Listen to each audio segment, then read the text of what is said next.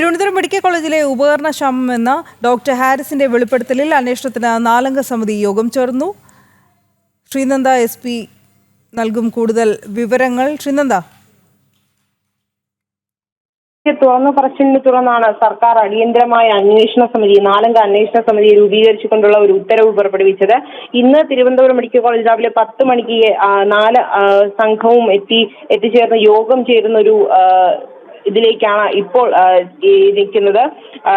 ഡോക്ടർമാരായ പത്മകുമാർ, അതുപോലെ തന്നെ medical college superintendent Jayakumar, Alappuzha medical college nephrology വിഭാഗം മേധാവി doctor Gomathi, Kottayam medical college urology വിഭാഗം മേധാവി ഡോക്ടർ രാജീവൻ എന്നിങ്ങനെ അടങ്ങുന്ന 4-അംഗ സംഘമാണ് ഈ ഒരു അന്വേഷണത്തിനായി ഇപ്പോൾ നിയോഗിച്ചിരിക്കുന്നത്. അന്വേഷണം എങ്ങനെ മുന്നോട്ട് പോകണമെന്ന കാര്യത്തിൽ അജണ്ട നിശ്ചയിച്ചിട്ടുണ്ട്. എല്ലാം തുറന്നു പറഞ്ഞ ഡോക്ടർ ഹാരിസ് ചിറക്കലിന്റെ മൊഴി ഉടൻ രേഖപ്പെടുത്തുമെന്നാണ് നമുക്ക് ഇപ്പോൾ പറയാൻ കഴിയുന്ന വിവരമെന്ന് പറയുന്നത്. യൂറോളജി വകുപ്പ് ഇന്ന് നിശ്ചയിച്ച ശസ്ത്രക്രിയകൾ മുടക്കം കൂടാതെ നടക്കുന്നു എന്നാണ് ഈ മണിക്കൂറിൽ നമുക്ക് ലഭിക്കുന്ന വിവരം എന്ന് പറയുന്നത്.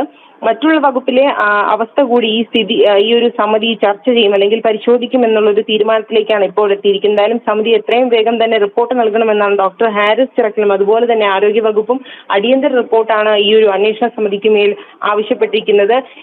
ഇന്ന് തന്നെ ഹാരിസ് ചിറക്കലിന്റെ മൊഴിയെടുത്ത ശേഷം റിപ്പോർട്ട് സമർപ്പിക്കാനാണ് സാധ്യത എന്നാണ് നമുക്ക് ഇപ്പോൾ മനസ്സിലാക്കാൻ സാധിക്കുന്നത്. അനു, ശരി.